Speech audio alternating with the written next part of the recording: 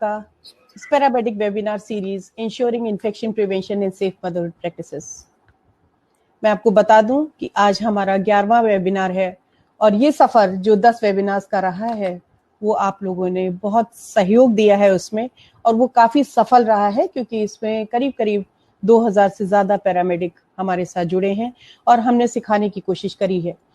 कल से जब से मैं मैसेजेस कर रही हूँ पर्सनल, तो मेरे पास भी आप लोग की आ रहे हैं कि उन्होंने भी बहुत कुछ सीखा है और वो इस तरह के वेबिनार्स फिर आगे देखना चाहते हैं और इससे जुड़े रहना चाहते हैं। तो प्रयास रहेगा फॉक्सी का कि आप लोगों से फिर इसी तरह से जुड़े, कुछ टॉपिक्स लेके हमारी फैकल्टीज जो फॉक्सी की सीनियर लीडर्स हैं वो आपके साथ जुड़ें और आपको कुछ चीजें बताएं। नेक्स्ट वेबिनार हमारा 4 जुलाई को होगा। कुछ चीजें मैं आपको बता देना चाहती हूँ, वो हमारा 12वां वेबिनार होगा और लास्ट वेबिनार सीरीज होगा। आप लोग जितनी संख्या में जुड़ सकते हैं उसमें जुड़िएगा, क्योंकि नेक्स्ट हमारे जो फैकल्टी हैं वो भी बहुत सीनियर फॉक्सी के पास प्रेसिडेंट रहे हैं और आप लोगों को नई जानकारी कुछ सब्जेक्ट्स पे देंगे जो हम इस वेबिनार के बाद आपको बताएंगे। 2-3 चीजें मैं आपको और बता देना चाहती हूँ कि कुछ सेंटर से पैरामेडिक्स लगातार जुड़े हैं और सारे वेबिनार्स में जुड़े हैं।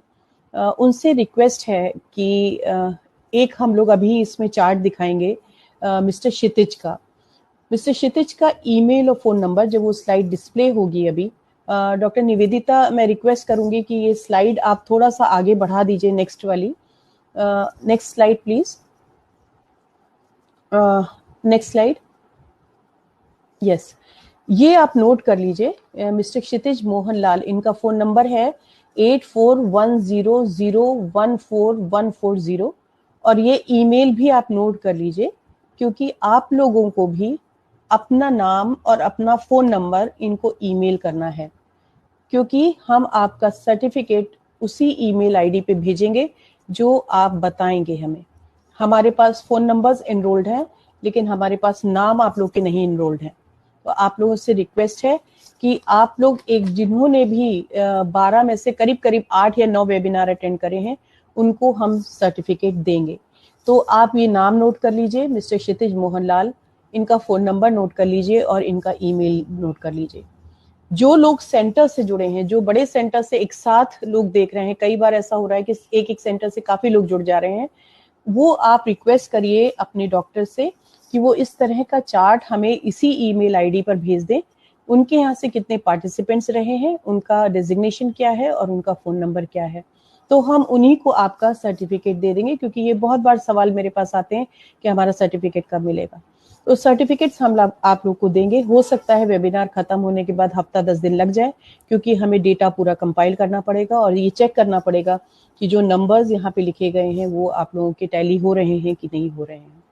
तो इसको एक बार मैं फिर बता दूं और ये एम्फेसाइज करना चाहती हूँ कि आप प्लीज ये जरूर नोट करिए, ये नंबर और ये ईमेल आईडी, इस पे जितना हो सके आप लोग भेज दीजिए कि आप लोगों ने ये वेबिनार्स अटेंड करे हैं और हम आपको उसी हिसाब से उसी ईमेल पे सर्टिफिकेट दे देंगे।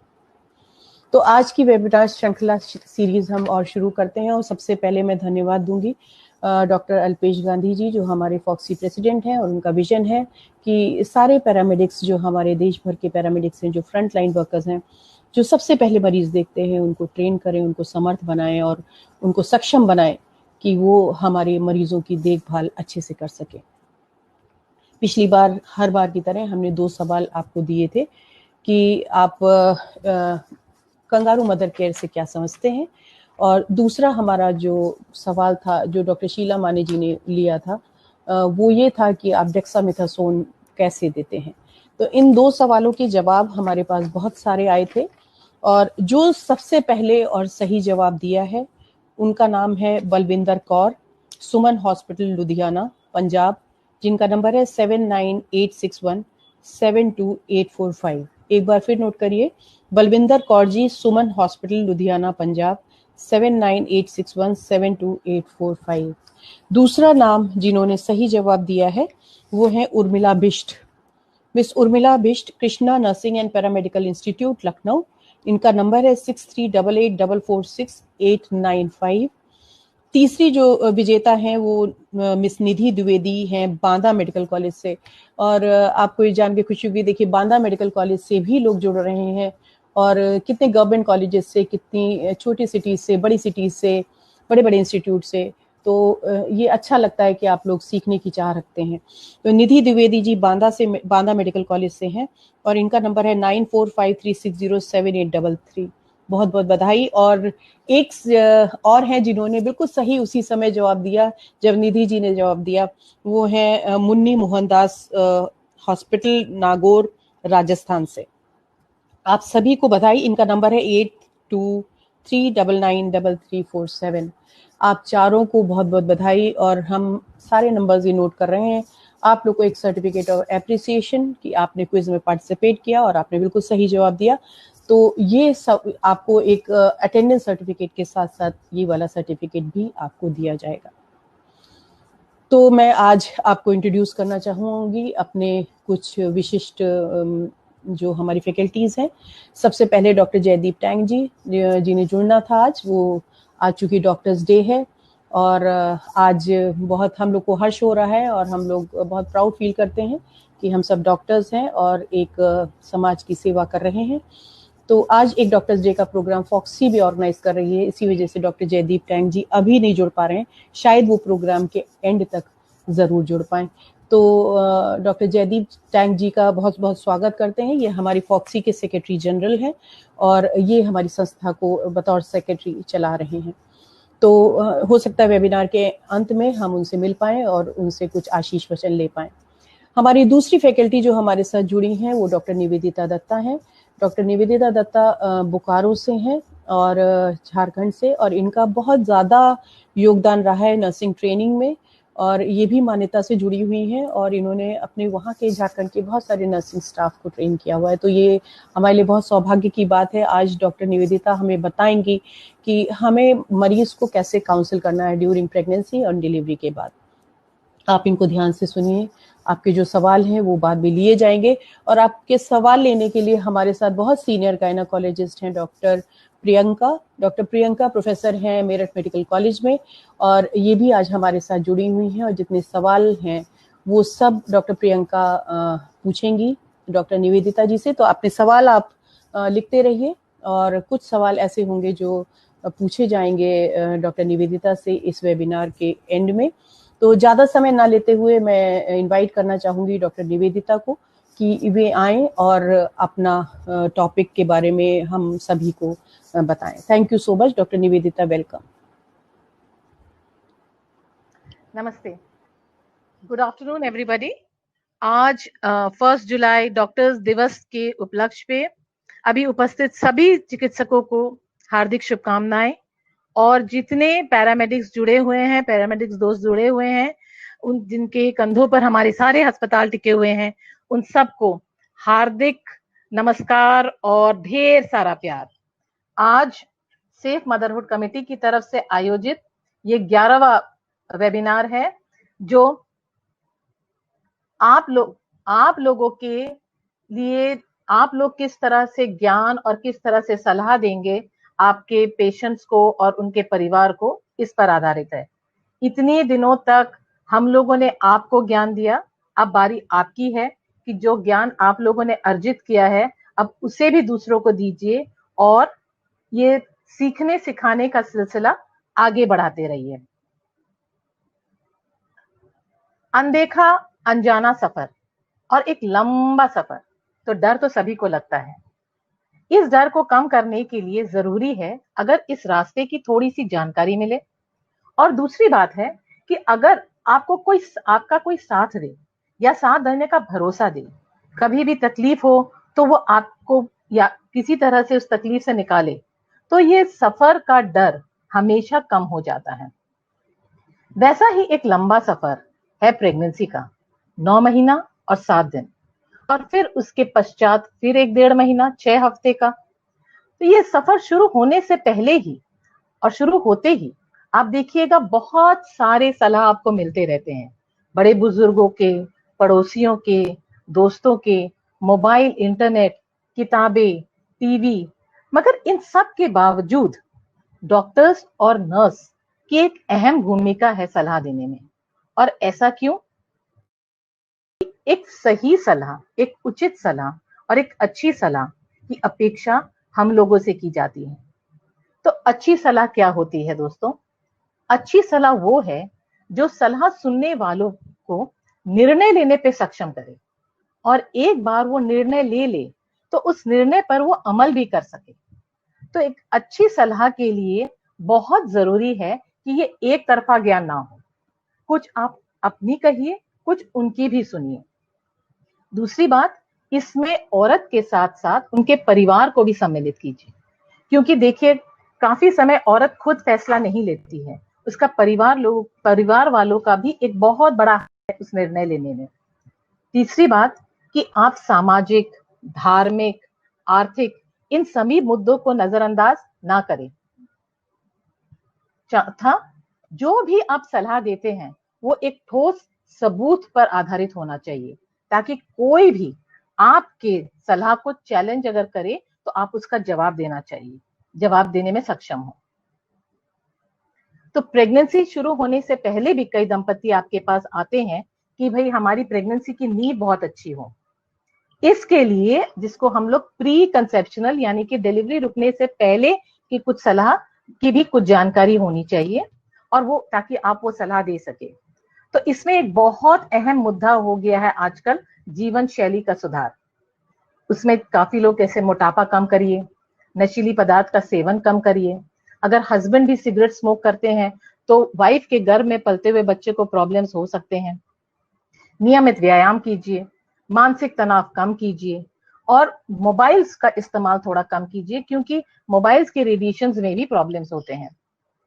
फिर अगर कोई बीमारी पहले से हो या जांच के वक्त कोई बीमारी निकल जाए तो उसे प्रेगनेंसी होने से पहले ही नियंत्रण पे करिए, और ऐसे दवाइयों से नियंत्रण पे करिए या दवाइयों को इस तरह से बदलाव कीजिए जो दवाई प्रेगनेंसी में भी कंटिन्यू या चालू रखा जा सकता है। फोलिक एसिड एक टैबलेट है, ये तीसरा मुद्दा हो गया। पहला होगा जीवन शैली, फिर हो गया आपको जो पुरानी बीमारियों को ठीक करना, और तीसरा मुद्दा है कि एक छोटी सी टैबलेट है फोलिक एसिड। अगर उसका सेवन प्रेगनेंसी रुकने से पहले से शुरू करें तो बच्चे में डिफेक्ट्स होने के चांसेस थोड़े से कम होते हैं। तो ये तीन मुद्दों का ध्यान रखिएगा, अगर विशेष मुद्दों का ध्यान रखिएगा अगर आपको कोई प्रेगनेंसी से पहले कोई सलाह मांगे तो। अब प्रेगनेंसी में कदम पड़ते ही सवालों की तो बौछार शुरू हो जाती है, क्या खाए क्या नहीं खाए, क्या चल कब मैके जा सकती है, बहुत सोती है, पति के साथ रह सकती हूँ कि नहीं, फलाना फलाना। तो इन सारे टॉपिक्स के बारे में कुछ जानकारी आपको पहले से भी दे दी गई है। खाना पीना, कितना आराम करना चाहिए, एक जल्दी से झलक डाल देते हैं इन सब पे, ताकि आपको ये रिकैप हो जाए, फिर से आप लोग को जस्ट आप फिर से आपकी यादें ताजा कर लेने के लिए। तो खाना पीना आप सब जानते हैं कि पौष्टिक और संतुलित होना चाहिए। इसमें ये कहने के बजाय कि फलाना खाइए, ज्यादा अच्छा होता है कि अगर आप चार्ट्स बना लीजिए कि जिसमें आयरन किस खाने में है, कैल्शियम किस किस खाने में है, प्रोटीन्स किस किस में है, और ये सारे वो चार्ट्स आप लगा दीजिएगा। तो जब आपकी कोई गर्भवती औरत या परिवार पूछता है तो आप दिखा दीजिए कि इन इन खाने में से आपको जो आपके आर्थिक हिसाब से, पारिवारिक, सामाजिक, धार्मिक जो भी मुद्दे के हिसाब से आप लोगों को जो खिलाना है आप ये सब खिला सकते हैं। अगर थका हुआ हो, गर्भवती औरत थकी हुई है, तो ऑब्वियसली उसको नींद ज्यादा आएगी। तो अगर नींद आ रहा है इसका मतलब उसको आराम की जरूरत है। पहले 3 महीना में उल्टियां होती हैं तो आराम ज्यादा लगता है। इसके बाद भी चौथे महीने से कम दोपहर को 2 घंटा और रात को 8 घंटा का आराम, वो भी बायां करवट में लेना चाहिए, क्योंकि बायां करवट में आराम करने से बच्चेदानी में थोड़ा सा ब्लड सप्लाई बढ़ता है। नियमित ढंग से एक्सरसाइजेस करना जरूरी है, सारा दिन लेटे लेटे नहीं रहना है, और घर का भी कुछ कार्यक्रम करते रहना चाहिए। अगर कोई जटिलता प्रेगनेंसी में नहीं हो, ये जरूरी है। अगर डॉक्टर ने बोला है रेस्ट करना है तो तब इसका मतलब ये नहीं आप कह रहे हैं कि एक्सरसाइजेस भी करनी है। तो अगर प्रेगनेंसी में कोई कॉम्प्लिकेशंस नहीं है तो ये नियमित एक्सरसाइजेस और घर का कार्यक्रम जरूर करें। साथ रहने में भी, पति के साथ रहने में भी या कहीं यातायात करने में भी कोई प्रॉब्लम्स नहीं है, अगर कोई कॉम्प्लिकेशंस नहीं है तो नियमित ढंग से अपना चेकअप कराएं, पहले चेकअप करिए, और बीच बीच में कब उनको फिर से बुलाना है वो निर्भर करता है इनको, अगर कोई खतरे के निशान है तो, खतरे की कोई जानकारी है तो, खतरे की घंटी बजी तो उनको अस्पताल में जरूर आना चाहिए। और वो क्या क्या है, एक जल्दी से झलक, अगर बच्चा कम हिलता है, डेट से पहले दर्द होता है, अगर मासिक के रास्ते से हरा करके पानी जाता है, सादा पानी थोड़ा थोड़ा जा रहा है वो नहीं, एकदम लीकिंग हो रहा है, पानी जा रहा है, या थोड़ा सा मासिक के रास्ते से खून जा रहा है, हाथ पैर में सूजन ब्लड प्रेशर की निशानी हो सकती है, झटका आना, तेज बुखार, सर में दर्द, या इवन ये अगर बोले कि हमको सांस लेने में भी तकलीफ हो रही है, कमजोरी हो रही है, तो भी ये सब खतरे के निशान हैं और इन्हें इस हालत में अस्पताल में शीघ्र आना चाहिए। डिलीवरी के 9 महीना तो आपने उनको देख लिया, अब और सलाह भी दे दी, सब बढ़िया से चल भी रहा है, मगर ऐन मौके पे कई परिवार और मरीज बौखला जाते हैं क्योंकि उन्होंने पहले से एक प्रसव की तैयारी नहीं की है। तो एक प्रसव तैयारी एक बहुत अहम मुद्दा है और इस पर में 9 महीना से काफी जोर देना चाहिए। पूरे परिवार का ये निर्णय हो जाना चाहिए कि डिलीवरी कहाँ होनी चाहिए, इसको लास्ट मोमेंट के लिए इधर उधर नहीं भागना चाहिए। जिस अस्पताल में डिलीवरी करवानी है वहां पर में पहुंचना कैसे है, तो पहला डिलीवरी कहाँ करवानी है, वहां पर में पहुंचना कैसे है। अगर उनके खुद के पास गाड़ी नहीं है तो अस्पताल के एम्बुलेंस ड्राइवर या अस्पताल का ही फोन नंबर उनके पास होना चाहिए। डिलीवरी में लगभग खर्च कितना आएगा, अगर वो आपके अस्पताल में आ रही है तो ये आपका फर्ज बनता है कि उनको ये जानकारी दे, एक नॉर्मल और सिजेरियन दोनों डिलीवरीज के। इसके अलावा उनको अगर कोई कॉम्प्लिकेशंस होते हैं तो उनकी भी जानकारी होनी चाहिए। जैसे सोच लीजिए, आपने अभी सुना है पीपीएच हो सकता है, झटके आ सकते हैं, बच्चा डेट से पहले हो सकता है, ये सब अगर कॉम्प्लिकेशंस होते हैं तो खर्चा बढ़ता है, इसके बारे में भी जानकारी देनी चाहिए क्योंकि फिर अगर ऐसा प्रॉब्लम होगा तो परिवार और पार्टी झमेला करेगा कि हमको तो इसकी जानकारी नहीं थी।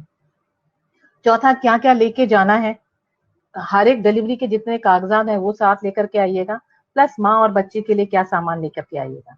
कौन कौन आएगा, पूरा मोहल्ला ना उठ के आए, पूरा परिवार ना उठ के आए। उनका प्रसव की कोई साथी है तो वो जरूर आए, जो उनके साथ रहेगी और प्रसव के दौरान उनका सहारा बनेगी वो आए। अगर माँ को खून की कमी है या ब्लड चढ़ाने की जरूरत पड़ेगी तो ब्लड डोनर्स जो रहेंगे, ब्लड डोनर है वो जरूर आए, या फिर वो मोबाइल पर में सतर्क रहे कि हमारा फोन आने से हम जाएं। तो ये प्रसव के साथी जो भी हैं, जो उनके साथ सहारा बनेंगी, ये अगर पहले से मालूम होता है कि ये मेरे साथ रहेंगी, मैं चाहूंगी कि ये मेरे साथ डिलीवरी के दौरान रहे, तो ये अगर पहले से नर्स लोगों से सलाह करके रहे और प्रसव के बारे में जानकारी ले चले तो ये प्रसव का सफर थोड़ा आसान हो जाता है। जैसे मैंने पहले भी कहा, परिवार को हमेशा साथ लेकर के चलिएगा क्योंकि निर्णय परिवार भी लेता है। और दूसरी बात है, अगर परिवार और डॉक्टर्स एंड नर्सेस एक ही भाषा बोलते हैं तो सहारा ज्यादा मजबूत होता है, वरना अगर हम लोग अलग अलग चीजें बोलेंगे तो मरीज तो औरत ऑब्वियसली कंफ्यूज हो जाती है। अब चलिए डिलीवरी के पास पहुंच गए हम। डिलीवरी में जैसे बताया गया है कि हमें आदरपूर्ण मातृत्व करना चाहिए, ये बात सही है, हमें जो आ रहे हैं उनके साथ आदर सत्कार से व्यवहार करना चाहिए, मगर ये भी जरूरी है कि उनको भी मालूम होना चाहिए कि डिलीवरी में समय और धीरज दोनों बहुत महत्व रखते हैं। हड़बड़ करने से काम गड़बड़ हो जाए, सिर्फ पानी चढ़ा देने से या दर्द बढ़ा देने से नॉर्मल डिलीवरी नहीं होते हैं। उनको डिलीवरी के बारे में जानकारी मिलनी चाहिए, किस तरह से दर्द के साथ रास्ता खुलना चाहिए और किस तरह से बच्चे का सर अंदर घुसेगा तो ही डिलीवरी होगा। तो ये सारी थोड़ी बहुत जानकारी आपको पहले भी दी गई है। डिलीवरी के लक्षण, डिलीवरी होने, तुरंत डिलीवरी होने के क्या क्या लक्षण है, क्या क्या खतरे के लक्षण है, ये सब आप जानते हैं, तो इसके बारे में हम बहुत डिटेल्स में नहीं जाएंगे। अब डिलीवरी हो गया, माँ और बच्चा बहुत अच्छे सुरक्षित, वेरी गुड, तो क्या मेरा सफर खत्म हो गया? नहीं, अभी भी मंजिल दूर है। तो अभी भी आपका सिलसिला जारी है। खान पान, साफ सफाई, स्तनपान के बारे में, दवाइयों क्या क्या लेनी है वो सब के बारे में, कितना आराम करना है, एक्सरसाइजेस। यहाँ पर एक्सरसाइज पे हम जोर देना चाहेंगे कि जिनको नॉर्मल डिलीवरीज हुए हैं उनको डिलीवरी के दौरान या डिलीवरी के बाद ये जरूर सिखा दीजिएगा जिसको कि नीचे का रास्ते को जो टाइट करने का, जैसे जिसको हम लोग पेल्विक फ्लोर एक्सरसाइज कहते हैं, ये वाला जो नीचे का योनि मार्ग है उसको थोड़ा टाइट करना है, कुछ देर तक पकड़ना है और फिर छोड़ देना। जैसे पेशाब रोकना है, पैखाना रोकना है, वो वाला जो एक्सरसाइज करवाते हैं ये जरूर सिखाइएगा और ये उसको बोलेगा करते रहने के लिए। इसमें बाद में बच्चेदानी का जो नीचे आना या लूज हो जाना, मासिक का योनि मार्ग लूज हो जाता है, ये कॉम्प्लिकेशंस कम होते हैं। सिजेरियन के बाद भी 1.5 महीना के बाद वो एक्सरसाइज कर सकती है ताकि उसका शारीरिक गठन सही रहे। इसके बाद आप जानते ही हैं एक्सरसाइज के बाद उसको कब कब फॉलोअप पे आना है, ये सारी जानकारी, बच्चे का टीकाकरण, ये आप सारे सलाह आप सुन चुके हैं, इनके बारे में जानकारी दे दी है। एक फटाफट इसकी झलक देते हैं आप लोगों को। खाने पीने के बारे में आपको पहले ही हमने बता दिया है। खाना पीना पौष्टिक आहार, संतुलित चार्ट्स रहेंगे, समझने में कोई प्रॉब्लम नहीं है। दवाइयां आयरन कैल्शियम चालू रखिएगा, साफ सफाई पे ध्यान रखिएगा। और सिजेरियन के बाद तो इनको प्लीज बोल दीजिएगा कि ये नहाएं, वरना कभी कभी ये लोग 1.5 महीना पे भी आती हैं तो पता चलता है वो लोग नहा ही नहीं है कि टाका में पानी घुस जाएगा। तो साफ सफाई से इन्फेक्शंस कम होते हैं, इसकी जानकारी जरूर देनी चाहिए। नैपकिन या सैनिटरी पैड्स नियमित ढंग से बदली करने चाहिए। खतरे के निशान की भी जानकारी डॉक्टर मीरा ने अपने वेबिनार में बोल दिया था, मॉड्यूल में बोल दिया था। तो इसकी भी अगर कुछ भी ऐसा होता है, प्रॉब्लम्स होते हैं, तो तुरंत अस्पताल में लेकर के आए माँ और बच्चे को। अब जिस मुद्दे पर हम लोग ये वाला मॉड्यूल मेनली बेस कर रहे थे वो है एक गर्भ निरोधक सलाह। तो ये आप सभी जानते हैं कि 2 बच्चों के बीच में अंतर होना चाहिए। क्यों और कितना? तो कम से कम कहते हैं 2 साल का अंतर, 2 साल के बाद माँ फिर से गर्भवती बने, तभी वो नारा था कि दूसरा बच्चा 3 साल बाद। और 5 साल तक, 2 से 5 साल का गैप बिटवीन प्रेगनेंसीज कहता है कि अच्छा गैप है। इसमें माँ को अगर इससे कम का गैप हो, तो इससे कम का अगर अंतर रहे तो माँ को खून की कमी हो जाती है, माँ कमजोर हो जाती है। कमजोर माँ कमजोर बच्चे को जन्म देगी। डेट से पहला यानी कि प्री मैच्योर बच्चा हो सकता है। तो इसमें गर्भ में पलते हुए बच्चा को भी दिक्कत होता है, मिसकैरेजेस या अबॉर्शन ज्यादा होते हैं। दूसरी बात है जो बच्चा गोद में है वो भी कमजोर होगा, क्योंकि उसको माँ का पूरा स्तनपान नहीं मिलता है, माँ का उतना देखभाल नहीं मिलता है। और अधिक आबादी तो देश के लिए बर्बादी है ही। मगर ये इसलिए कहते हैं कि प्रेगनेंसी हमेशा चॉइस से होनी चाहिए।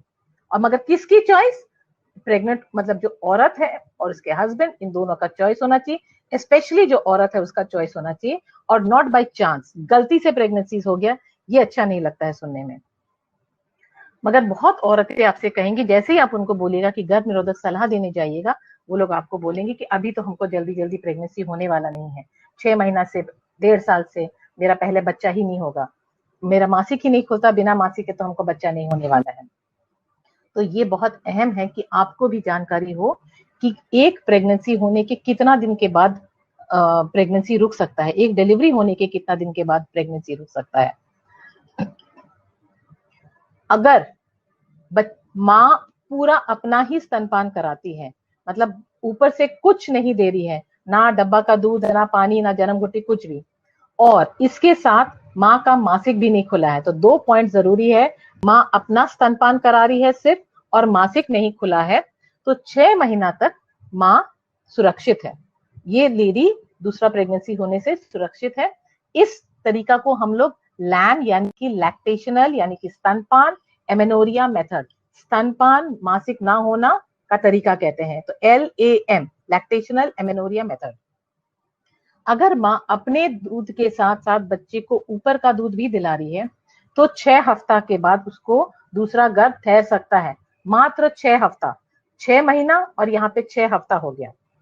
अगर माँ अपना दूध बिल्कुल ही नहीं पिलाती है, बच्चा सिर्फ ऊपरी दूध पर निर्भर है, तो डिलीवरी के 4 हफ्ते के बाद डिलीवरी फिर एक प्रेगनेंसी रुक सकता है। और यहाँ पर में अगर अबॉर्शन होता है, गर्भपात होता है, ये इसके थोड़ा सा हटके है, मगर अबॉर्शन होने के बाद भी आपको मालूम होना चाहिए कि अगर किसी का गर्भपात होता है तो आज गर्भपात हुआ, उसके 11 दिन के बाद उसको फिर गर्भ ठहर सकता है।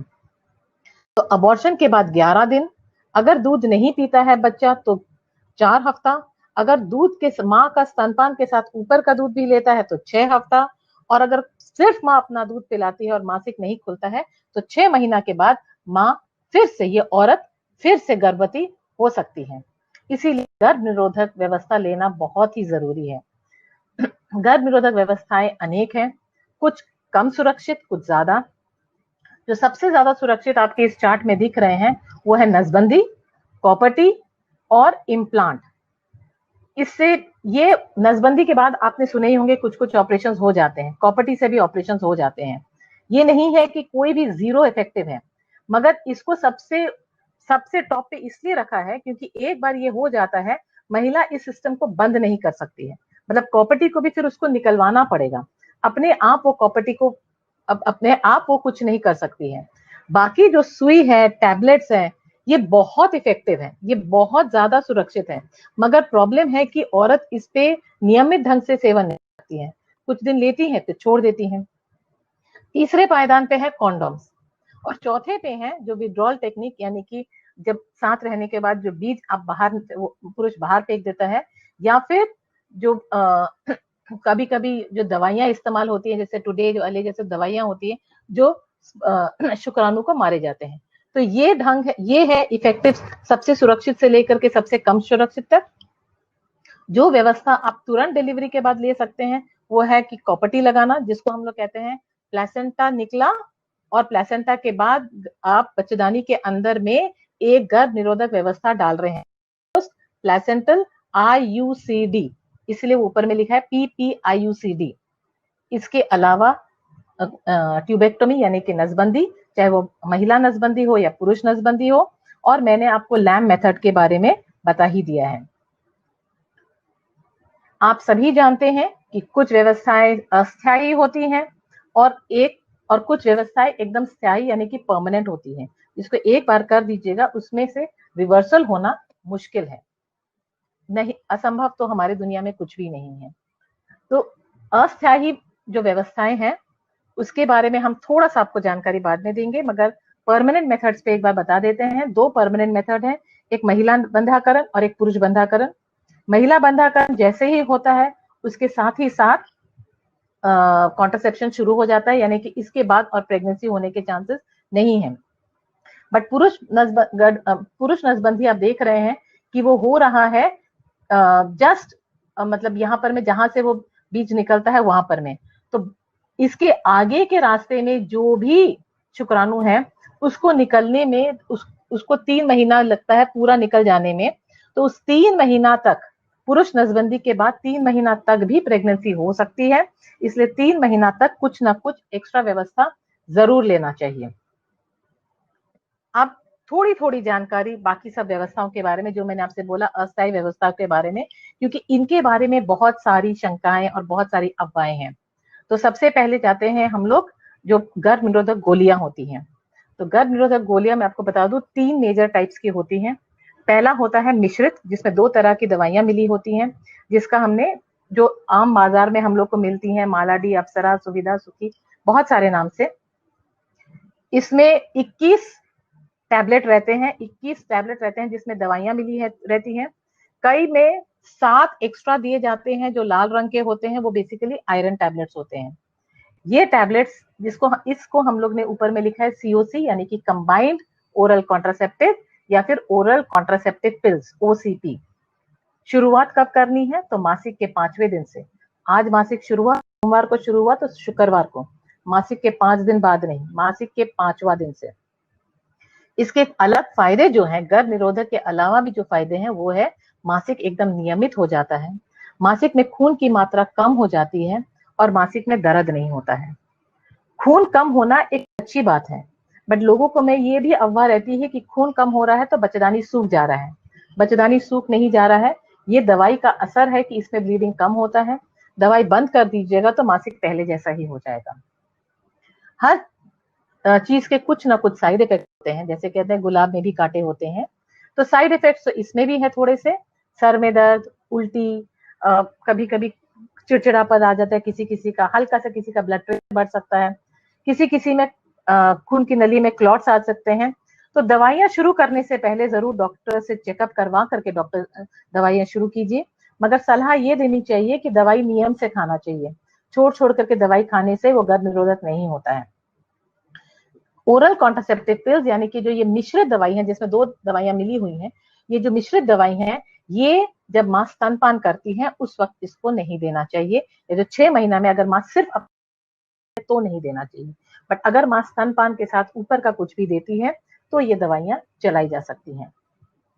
स्तनपान के दौरान भी मैंने बोला 3 तरह की दवाइयां होती हैं, तो एक और होती है जिसमें ये मिश्रित नहीं है, उसका सिर्फ एक ही दवाई है जिसको प्रोजेस्टेरॉन ओनली पिल कहते हैं। इसमें सिर्फ एक ही, ये जैसे 2 दवाइयां इसमें मिली हुई है, इसमें सिर्फ एक है प्रोजेस्टेरॉन।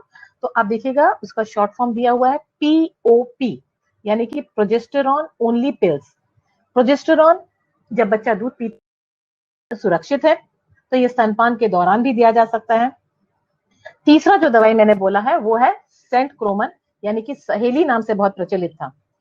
ये हफ्ते में 2 दिन देना है। पहले 3 महीना में हफ्ते में 2 दिन दीजिएगा, फिर उसके बाद 3 महीना के बाद ये हफ्ते में 1 दिन खाने से भी चल जाता है। तो पीओपी में, जो पीओपी मैंने बोला जो दूसरा नंबर का दवाई था, वो आपका डेली खाना है और उसमें एक पैकेट में 28 टैबलेट रहते हैं। तो या तो आप मिश्रित टैबलेट ले सकते हैं, पीओपी दे सकते हैं, या फिर सहेली भी दे सकते हैं। सहेली भी जब माँ स्तनपान कराती है तो वो सुरक्षित है। दवाई छोड़ते ही प्रेगनेंसी हो जाती है तो इसमें हो सकती है, तो इसमें ये डर नहीं है कि दवाई खाने से मेरा बच्चेदानी खराब हो रहा है और मुझे बाद में प्रेगनेंसी नहीं होगी। अगला जो व्यवस्था आता है वो है सुई या इम्प्लांट। इम्प्लांट बहुत जगहों में नहीं मिलता है, तो इसलिए इम्प्लांट आप लोग सुन रहे होंगे तो कई लोग सोच रहे होंगे क्या है।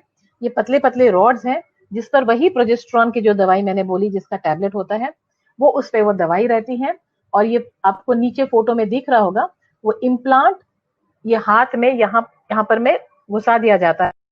इम्प्लांट 3 साल के लिए भी होते हैं, 6 साल के लिए भी होते हैं, तो वो अंदर डाल करके रह जाता है 5 साल के लिए, 3 और 5 साल के लिए सॉरी, ये रह जाता है। इसका जब अवधि खत्म हो जाता है तो फिर उसको थोड़ा सा ऑपरेशन करके निकाल देना पड़ता है। इम्प्लांट का फायदा ये है कि एक बार आप डाल दीजिए तो औरत को खुद नहीं निकाल पा रही है, इसलिए वो काफी सुरक्षित माना जाता है। सुई भी में भी वही प्रोजेस्टेरॉन की ही दवाई रहती है। ये हर 3 महीना में कमर में लगाया जाता है। आजकल उसका चमड़ा के नीचे आने वाला भी प्रिपरेशन आ गया है। इसमें फायदा ये है कि जब माँ बच्चे को दूध पिलाती है या स्तनपान करती है तो भी ये चलाया जा सकता है। इसके प्रॉब्लम्स ये है कि इसमें मासिक में थोड़े से गड़बड़ी होते हैं, मासिक रुक भी सकता है। किसी किसी का कोई कहते हैं कि मासिक जल्दी जल्दी आता है या थोड़ा थोड़ा करके पूरा महीना रह जाता है। तो मासिक इससे बंद नहीं होता है और ना ही ये औरत मेनोपॉज में चली जा रही है, ऐसा कुछ नहीं है। कुछ दिनों के लिए आप सोचिए कि जो बच्चेदानी है वो सो रहा है, उसको काम नहीं करना है, इसलिए मासिक नहीं हो रहा है। सुई का असर खत्म हो जाते ही मासिक वापस आ जाता है। बाकी जो सर में दर्द, हल्का चक्कर, इसमें गैस थोड़ा सा होता है, तो इसीलिए पेट का फूलना थोड़ा सा हो सकता है, गैस हो सकती है। एक और जो प्रॉब्लम होती है, इसमें थोड़ा हड्डियां कमजोर हो जाती हैं, तो इसलिए ये इंजेक्शन लगाते वक्त कैल्शियम की टैबलेट्स जरूर दीजिएगा। इसका जो प्रॉब्लम है कि एक बार सुई बंद कर देने से, क्योंकि वो दवाई शरीर में काफी देर तक रह जाता है, तो अगर सुई बंद करने के तुरंत बाद प्रेगनेंसी नहीं होती है, इसलिए सुई बंद करने के बाद भी किसी किसी को 6 महीना, किसी को 1 साल लग जाता है फिर प्रेग्नेंट होने में। तो ये जानकारी भी जरूर देनी चाहिए कि आज सुई बंद किए कल प्रेगनेंसी नहीं होगा, टाइम लगेगा, धीरज धरिए, मगर हर चीज हो जाता है। अब एक बहुत जो जरूरी चीज है वो है कॉपर टी। इसके बारे में ये है कॉपर टी, देखिए आपको दिख रहा होगा, इतना छोटा सा चीज है, और वो क्या है बेसिकली एक अंग्रेजी का टी अक्षर आपने सुना होगा, तो ये बेसिकली एक प्लास्टिक का टी अक्षर है जिस पर में तांबा लपेटा हुआ है और उसका ये एक धागा है। तो ये, मगर इसमें इतनी छोटी सी चीज बदनाम बहुत है क्योंकि दिखती ये इतनी बड़ी है। प्रॉब्लम है कि इसमें ये इतना बड़ा डंडा है, तो इसलिए लोग सोचते इतना बड़ा एक चीज मेरे बच्चेदानी में जा रहा है। ऐसा नहीं है, चीज इतना ही है, सामान इतना ही है। बाकी बच्चेदानी के अंदर में घुसाने के लिए आपका ये पाइप है जो कि डालने के बाद ये निकाल करके हटा दिया जाता है। दूसरा, लोग सोचते हैं कि ये बच्चेदानी से पेट में चला जाता है, सर में चला जाता है। तो ये देखिए, ये बच्चेदानी के अंदर में ये जाकर के ये फिट हो जाता है, तो बच्चे है, इसको और कहीं जाने की जगह नहीं है। ये एक बार फिट हो गया, फिट कर दिए तो ये कहीं यहाँ वहां नहीं जा सकता है। पैदा करके अपने पेट में नहीं डाल दिया, डालते वक्त जाए तो कॉपर टी अपनी जगह से कभी नहीं हिलता है, जहां पे डाला गया है वहीं पर नहीं रहता है। इसको साथ रहने में दर्द नहीं होता है क्योंकि इसका जो धागा है वो बहुत ही पतला, बहुत ही महीन धागा है, साथ रहने पे बिल्कुल नहीं चुभता है।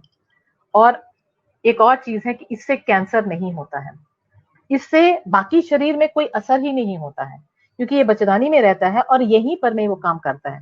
साइड इफेक्ट्स में सिर्फ जो ये होता है कि मासिक के समय में ब्लीडिंग ज्यादा होता है और थोड़ा ज्यादा दिन तक होता है, परिमाण भी ज्यादा होता है और ज्यादा दिन तक भी ज्यादा होता है। तो ब्लीडिंग का सिर्फ एक प्रॉब्लम है कॉपर टी के लिए, इसके अलावा ये बहुत बहुत बहुत सुरक्षित साधन है। ये उन लोगों में दिया जा सकता है जिनको चीनी का बीमारी है, जिनको बीपी का बीमारी है, जिनको हार्ट का बीमारी, कोई भी शारीरिक बीमारी है, कॉपर टी लगाने में कोई प्रॉब्लम्स नहीं है। तो कॉपर टी डॉक्टर की सलाह जरूर मगर पहले ले लीजिएगा कि कुछ कुछ चीजों में, जैसे कि किसी को अगर बच्चेदानी में ही कोई प्रॉब्लम है तो उसको लगाने में थोड़ा सा दिक्कत हो सकता है। तो डॉक्टर के चेकअप के बाद ये कॉपर टी बहुत ही आसानी से और बहुत ही सहज ढंग से लगाया जा सकता है और ये बहुत ही सुरक्षित साधन है। तो कॉपर टी कब कब लगाया जा सकता है? पहला, जैसे मैंने बोला, बच्चा डिलीवरी हुआ, प्लेसेंटा निकला और उसके बाद आपने चेक कर लिया कि प्लेसेंटा सही सलामत है, ब्लीडिंग नहीं है और आपने कॉपर टी लगा दिया। अगर 48 घंटे के अंदर, और फिर 48 घंटे तक भी लगा सकते हैं, डिलीवरी के 48 घंटे तक, 2 दिन तक लगा सकते हैं। उस वक्त अगर नहीं लगा तो 6 हफ्ते में जब आप वापस बुलाते हैं औरत को चेकअप के लिए, तो 6 हफ्ते पर भी लगा सकते हैं। उस वक्त भी अगर वो नहीं लगाई तो कभी भी मासिक के समय, मासिक चलते चलते वो कॉपर टी लगा सकती है।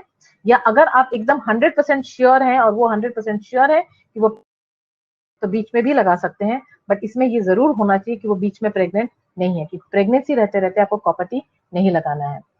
तो कॉपर टी एक बार लगाइए तो वो 5 साल, कुछ 5 साल के कॉपर टी आते हैं, कुछ 10 साल। पहले हम लोग 3 और 5 कहते थे, आजकल जो स्टडीज हुए हैं बोला 3 साल वाला 5 साल तक भी जाता है, 5 साल वाला 10 साल तक भी चल जाता है। वो निर्धारित करता है कि इस पे तांबा कितना लपेटा हुआ है, जितना ज्यादा तांबा उतने ज्यादा दिन चलता है। कॉपर टी के बारे में ये सब जानकारी जरूरी है।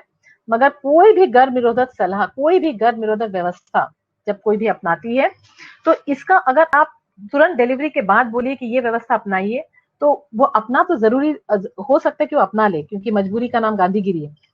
मगर फिर आप देखिएगा बहुत समय कॉपर लगाने के बाद वो वापस आकर के दूसरे डॉक्टर से वो कॉपर टी निकलवा लेती हैं, कहती है कि नहीं हमको सूट नहीं कर रहा है या मेरे घर वाले मना कर दे रहे हैं।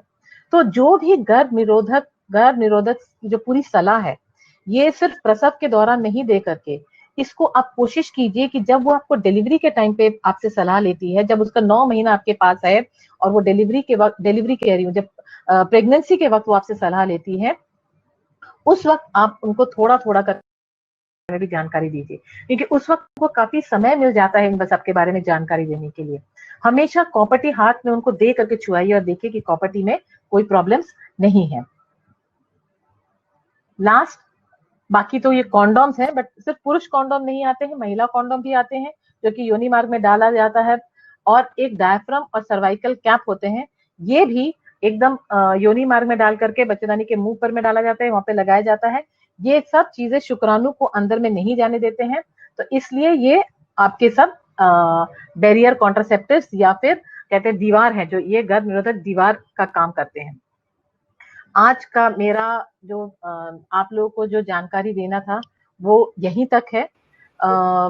आशा करती हूँ कि आप लोगों को ये सुविधा लगा, और अब मैं चाहूंगी कि अब ये मैं डॉक्टर प्रियंका इसके ऊपर टेक ओवर कर ले और आप लोगों को बताए। अगर कोई सवाल है तो हम नमस्कार, कैसे हैं आप लोग? 1 जुलाई डॉक्टर्स डे के इस शुभ अवसर पर मैं आप सभी का हमारी इस वेबिनार सीरीज में स्वागत करती हूँ।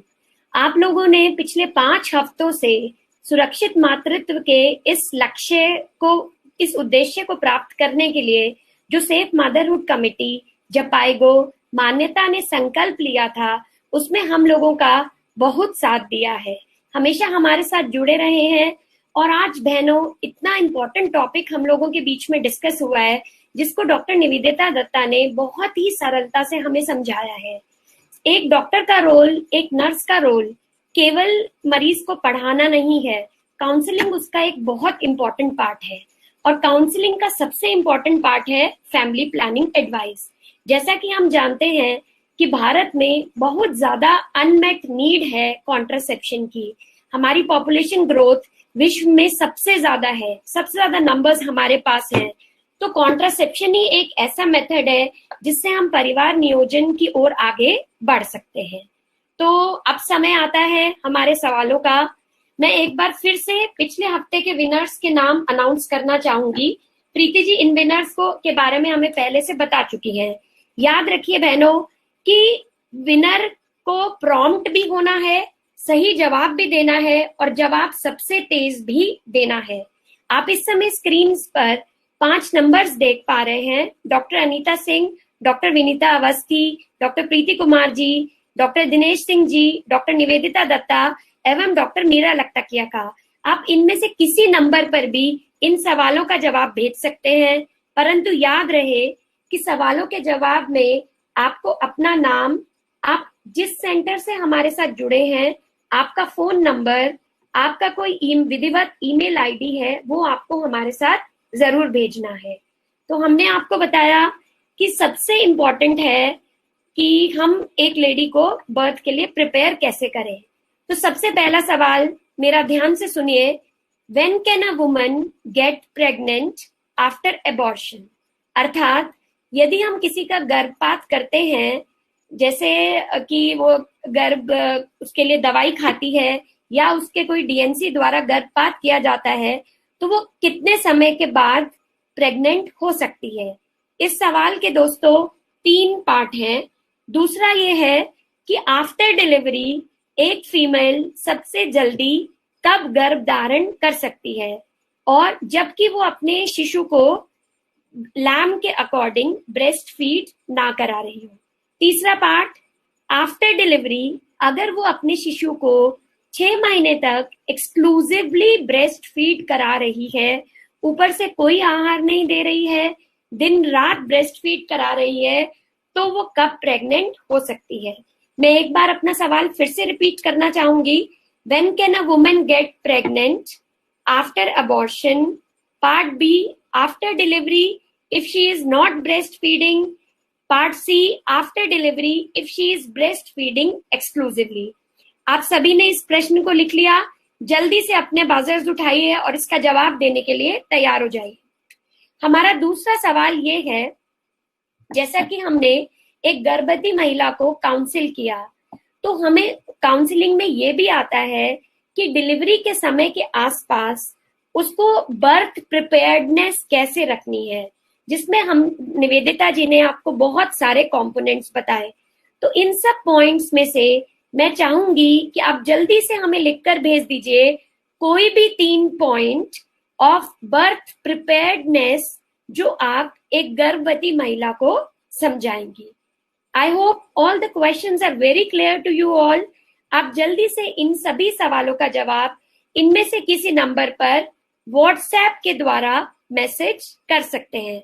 विनर्स का नाम हम अपनी अगली और लास्ट मॉड्यूल, दोस्तों अब समय आ गया है आपसे जुदा होने का, तो अपने लास्ट मॉड्यूल से पहले हम विनर्स के जवाब अनाउंस करेंगे।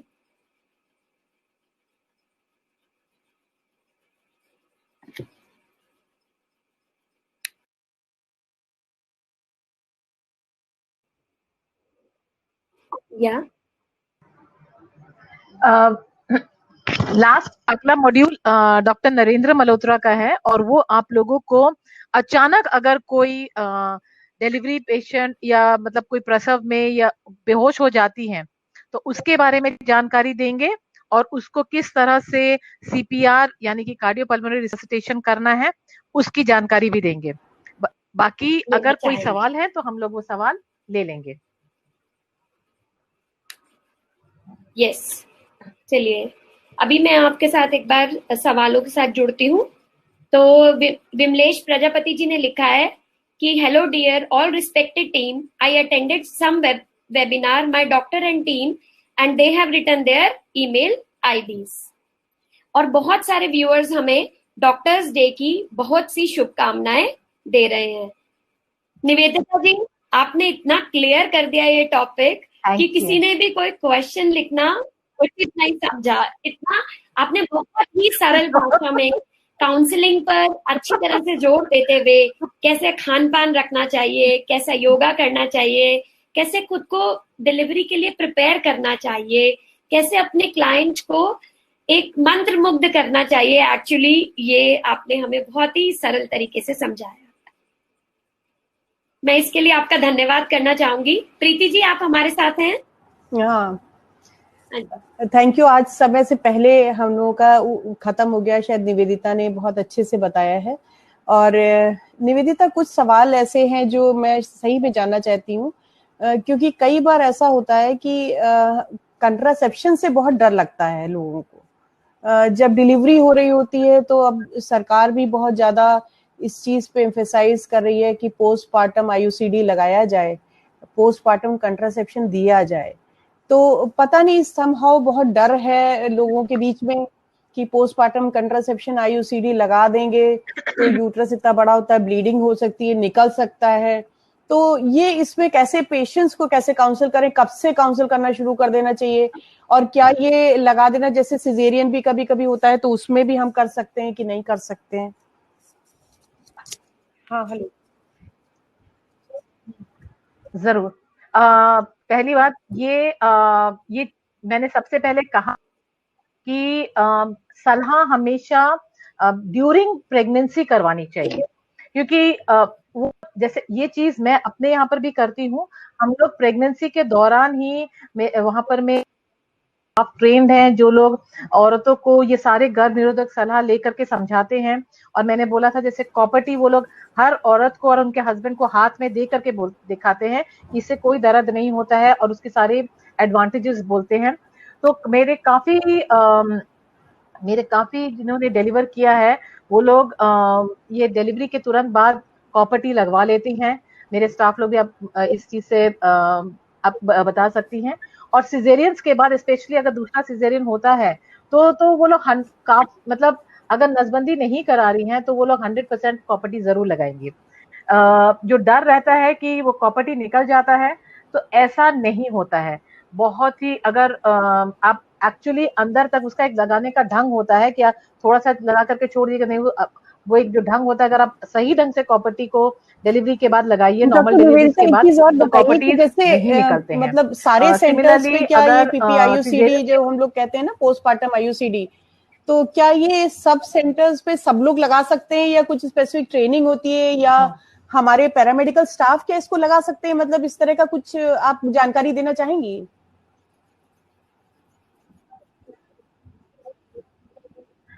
इसकी एक ट्रेनिंग होती है, बिकॉज विदाउट ट्रेनिंग तो आप कर नहीं सकते इसको। बट ऐसा नहीं है कि पैरामेडिक्स नहीं कर सकते हैं, क्योंकि जितने पीएचसीज हैं, जितने सब सेंटर्स हैं, गवर्नमेंट हॉस्पिटल्स हैं, वहां पर में जो आईयूसीडीज हैं वो नर्सेज ही लगा रही हैं।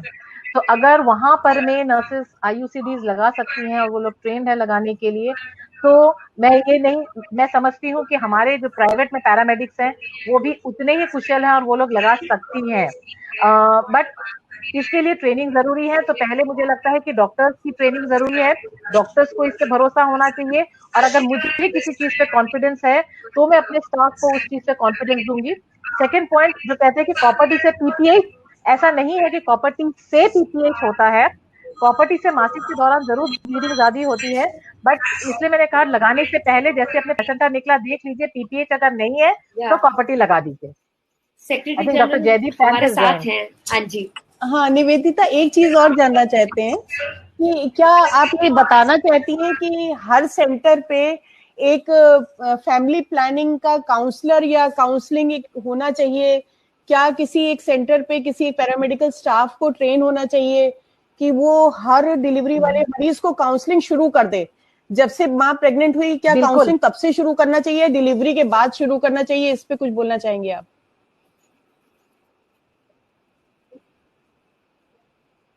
एकदम हर ओपीडी में, हर जहां पर भी ऑब्स्टेट्रिशियन ओपीडी कर रही हैं, जहां पर भी एंटीनेटल ओपीडी हो रहा है, वहां पर में किसी ना किसी को कोई फैमिली प्लानिंग के लिए काउंसलिंग जरूर करनी चाहिए।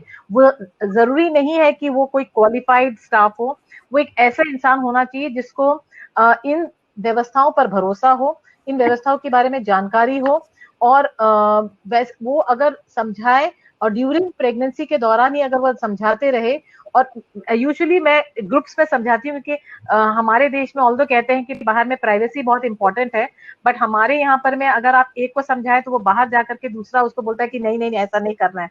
तो आप अगर 3-4 के ग्रुप्स में समझाएं, वो लोग आपस में क्वेश्चंस और आंसर्स करते रहें, तो वहीं पर में सारे अफवाहें और सारे बहुत इच्छुक होती है, उनको प्रॉब्लम्स बहुत कम होते हैं, उनके रिमूवल के चांसेस बहुत कम हो जाते हैं। ये इसलिए मैं बार बार ये क्वेश्चन पूछना चाह रही हूँ, क्योंकि कई बार ऐसा होता है कि ओपीडी में एक डिलीवरी हुई, किसी भी हॉस्पिटल में डिलीवरी हुई और बहुत जल्दी 3-4 महीने पे भी दूसरी प्रेगनेंसी लेके लोग आ जाते हैं, फिर परेशान होते हैं, इसको कैसे रखें, क्या करें, अबॉर्ट कैसे करें, सिजेरियन होता है तो दिक्कत होती है। तो thank you so much doctor Nivedita, आपने बहुत अच्छे से समझाया। और आज हमारे साथ जुड़े हैं डॉक्टर जयदीप टैंक जी। डॉक्टर जयदीप टैंक जी, जैसा कि मैंने बताया था कि डॉक्टर जयदीप टैंक जी हमारे सेक्रेटरी जनरल हैं फॉक्सी के, और एक फॉक्सी का प्रोग्राम हमारा डॉक्टर्स डे पे चल रहा था, तो उसमें हमारे स्वास्थ्य मंत्री हर्षवर्धन जी आए थे और इनका रहना बहुत जरूरी था, इसलिए ये शुरू में नहीं ज्वाइन कर पाए। और आज अभी हमारे बीच में डॉक्टर जयदीप जी हैं। डॉक्टर जयदीप जी, मैं आपको बताना चाहती हूँ कि ये जो फॉक्सी इनिशिएटिव हमारा पैरामेडिक ट्रेनिंग का है, इसका हमारा आज सेकेंड लास्ट मॉड्यूल है। 12 मॉड्यूल्स हम लोगों ने रखे थे on ensuring infection prevention in safe motherhood practices, और इसमें आज हमारा 11वां मॉड्यूल 11th मॉड्यूल पूरा हो गया है। Last module doctor Narendra Malhotra sir को लेना है, identification of sudden obstetric collapse and CPR. तो इसमें हम लोगों को रिस्पांस बहुत अच्छा मिला है, फॉक्सी ने बहुत सहयोग दिया है, और हर बार वेबिनार में 2000 से ऊपर पैरामेडिकल्स जुड़े हैं और उन्होंने ट्रेनिंग ली है, और हम लोग को अभी तक फीडबैक्स आते हैं कि आप ये वेबिनार कंटिन्यू रखिए या आगे किसी तरह की ट्रेनिंग प्रोग्राम्स फॉक्सी से होते रहना चाहिए। तो डॉक्टर जयदीप जी, आप कुछ इसमें अपना इन बच्चों को कुछ आप बताना चाहते हैं या फॉक्सी की तरफ से कुछ एश्योरेंस देना चाहते हैं कि इस तरह की ट्रेनिंग प्रोग्राम्स फॉक्सी आगे भी ले जाना चाहेगा? थैंक यू वेरी मच प्रीति। मेरी हिंदी बहुत अच्छी नहीं है, लेकिन मैं कोशिश करूंगा। वैसे तो मैं गुजराती हूँ, लेकिन मेरी गुजराती भी ज्यादा अच्छी नहीं है। First of all, thank you for having me on this webinar. मैं समझता हूँ कि ये वेबिनार बहुत ज्यादा इम्पोर्टेंट है। मेरे हिसाब से तो डॉक्टर्स के लिए जो वेबिनार होते हैं उससे ज्यादा भी ये वेबिनार्स इम्पोर्टेंट है, और शायद ये एक हमारे लिए लर्निंग है कि लर्निंग आई है कोविड के टाइम पे, पैंडेमिक की वजह से वगैरह, लेकिन ये एक लर्निंग है कि low cost high impact intervention जिसको कहते हैं, यानी जो कम खर्चे में इम्पैक्ट जिसका ज्यादा होता है, वो कैसे कर सकते हैं। So congratulations Preeti, you are doing a wonderful job, keep it up. और मैं भी ये चाहता हूँ कि आप अगर ये वेबिनार कंटिन्यू करेंगे तो ये अच्छी बात होगी। मैं सारे पैरामेडिक्स जो ये अटेंड कर रहे हैं उनसे ये कहना चाहूँगा कि first of all thank you very much. ये तो सच है कि मेडिसिन जो डॉक्टर्स है वो हम हैं, लेकिन जो हमें चलाने वाले हैं वो आप पैरामेडिक्स है। अगर आप पैरामेडिक्स नहीं होते तो शायद हम काम नहीं कर सकते, और हम काम नहीं कर सकते, आराम नहीं कर सकते, घर नहीं जा सकते। ये आपकी वजह से है। जो हमारे लिए थोड़ी बहुत फैमिली लाइफ होती है वो आपकी वजह से होती है। और ये पेशेंट्स को भी समझना चाहिए कि जितने महत्व डॉक्टर्स हैं उनके लिए उतने ज़्यादा इम्पोर्टेंस पैरामेडिक्स के हैं। आई सिंसियरली होप कि ये जो सीरीज ऑफ वेबिनार्स है ये चालू रहे, ये आपके लिए हेल्पफुल रहे, और I will be very happy to support it in any way that I can. Thank you very much. Thank you doctor Jaideep ji. बहुत डिमांड है कि इस वेबिनार्स को हम लोग की फॉक्सी वेबसाइट पे लोड किया जाए, क्योंकि बहुत लोग देख नहीं पाए हैं पूरी सीरीज और उन्होंने मिस किया है। तो हमारे मेंबर्स भी बहुत लॉग इन हुए, इवन एमबीबीएस स्टूडेंट्स भी इसमें लॉग इन हुए। तो इतना इंफॉर्मेटिव था, इतना बेसिक और इतना सिंपल लैंग्वेज में इस तरह से लिया गया है। तो ये सारे वेबिनार सीरीज जब फिनिश हो जाएंगे तो मैं आपसे रिक्वेस्ट करूंगी कि आप इसे फॉक्सी वेबसाइट पे जरूर लोड कर दीजिए, जिससे जितने लोग मिस कर चुके हैं उनको ये देखने का पूरा मौका मिले। तो thank you so much doctor Jaideep ji, आप आज हमारे साथ जुड़े और इस सपोर्ट के लिए, फॉक्सी की तरफ से सपोर्ट के लिए, और आपने ये आश्वासन दिया एश्योरेंस दिया कि इस तरह की ट्रेनिंग्स हमें आगे कंटिन्यू करना है। Thank you so much. Thank you doctor Nivedita, thank you doctor Priyanka. एक बार मैं फिर से एक बार बता देना चाहती हूँ कि आपको जो आज सवाल पूछे गए हैं उन सवाल का जवाब, हाँ, हालांकि मेरे फोन पे अभी से बहुत सारे आने लगे हैं जवाब, तो आप प्लीज आप अपना नाम लिखिए, किस इंस्टीट्यूट से है वो लिखिए और अपना फोन नंबर जरूर लिखिए, तभी हम आपको बता पाएंगे। और ये लास्ट क्विज था जो आज हमने आपसे पूछा है, क्योंकि अब इसके बाद जो होगा उसके बाद वेबिनार्स खत्म हो जाएंगे तो हम क्विज नहीं ले पाएंगे। तो ये क्विज के लास्ट क्वेश्चंस हैं जो आपसे पूछे जा रहे हैं। आपसे फिर रिक्वेस्ट है, जो लोग पहले शुरू में नहीं लॉग इन हो पाए थे उनको मैं बता दूं कि आपके जो विनर्स हैं वो जो पिछले क्विज के थे वो बलविंदर कौर जी, सुमन हॉस्पिटल लुधियाना पंजाब से, जिनका फोन नंबर है 7986172845। बहुत बहुत बधाई। Miss Urmila Bisht, Krishna nursing and paramedical institute Lucknow. Nidhi Dwivedi, Banda medical college Banda, number 9453607833। And last जो हमारे जिन्होंने सही जवाब दिया वो मुन्नी मोहनदास हॉस्पिटल नागौर राजस्थान से, उनका नंबर है 8239113347। आपको बहुत बहुत बधाई, आपने वेबिनार सुने और उसके सही जवाब दिए। इसीलिए आप लोगों से रिक्वेस्ट है, जिनके सेंटर से सारे पैरामेडिक्स कनेक्ट हुए हैं या एक नंबर से लॉग इन हुए हैं, वो अपने डॉक्टर से रिक्वेस्ट करें कि वो एक हमें पूरा डेटा, हमने जो आपको दिखाया था मिस्टर क्षितिज का, उनका ईमेल और फोन नंबर भी हमने दिया था, आपको बताया है और मैं ये सब जगह डाल भी रही हूँ कि उसको आप नोट कर लीजिए और अपने सेंटर पे अपने डॉक्टर से बोलिए, उसको एंडोर्स करके हमें दें कि आपने ये सारे वेबिनार्स हमारे अटेंड करे हैं। तो हमें आपका नाम चाहिए, आपका फोन नंबर चाहिए, आपका डेजिग्नेशन चाहिए और आपका इंस्टीट्यूट चाहिए। इस पे आप मेल कर दीजिए और जिससे हम आपका सर्टिफिकेट आपको लास्ट वेबिनार के बाद इशू कर सकें। So thank you so much. Thank you doctor Jaydeep, thank you doctor Nivedita, thank you doctor Priyanka for joining, and we will soon log in next in next webinar on 4th of July. That will be the last webinar. Thank you once again and happy Doctors Day to all of you. Thank you, Preeti. Happy Doctors Day to everybody. Thank you. Thank you. Thank you.